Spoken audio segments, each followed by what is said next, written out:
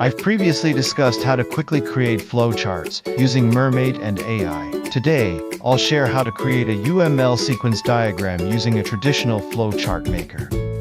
First, open the ProcessOn website. This online diagramming tool supports creating UML diagrams, flowcharts, architecture diagrams, and other specialized diagrams. Go to your profile page, click New, and create a UML diagram. Before drawing, determine the interaction scenario you want to describe. For example, if your goal is to create a sequence diagram of a request and response process between multiple objects in a system, then clearly identify the key objects involved in the interaction. In the UML diagram maker, find the graphics library on the left, find the Space Diagram Graphs category, and drag the lifeline element onto the canvas.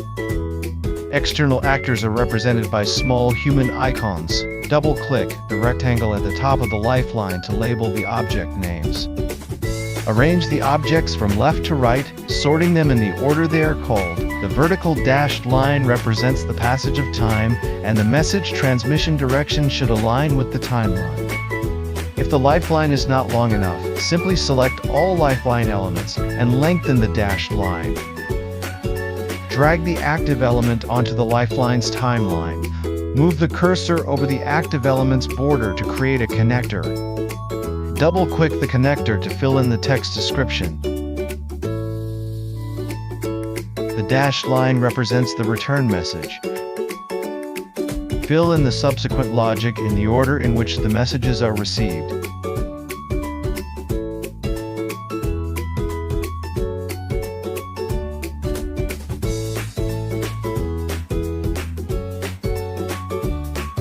The key paths in a sequence diagram can be highlighted in different colors. Select an element and use the top toolbar to enhance the visual. This concludes the tutorial on creating a UML sequence diagram. Did you learn it?